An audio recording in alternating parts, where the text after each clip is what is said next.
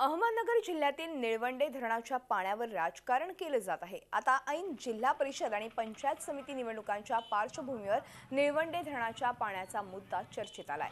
शिर्डीचे शिवसेना खासदार सदाशिव लोखंडे यांनी धरणाच्या कालव्याच्या मागणीसाठी मोटरसायकल रॅली काढली। लोखंडे यांच्यासह शिवसैनिक आणि निळवंडे पाटपाणी कृती समिती सदस्यही या रॅलीत सहभागी झाले। निळवंडे धरणाला 85 किलोमीटर लांबीचा डावा तर 97 किलोमीटर लांबीचा उजवा असे दोन कालवे प्रस्तावित आहेत।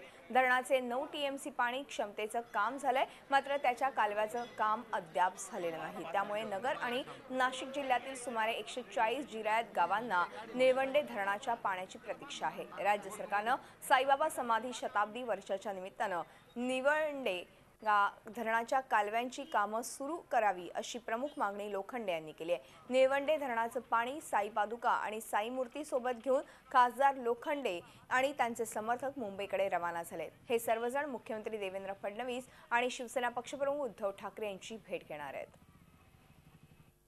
बाबांच्या भागामध्ये साईबाबाचा कॅनल येत असल्यामुळे निळवंडे धरणाचा की त्या ठिकाणी बाबांना शेतकऱ्यांना देखील पाणी मिळेल आणि ह्या ठिकाणी लोकांना देखील येणाऱ्या भक्तांना देखील साधन होईल।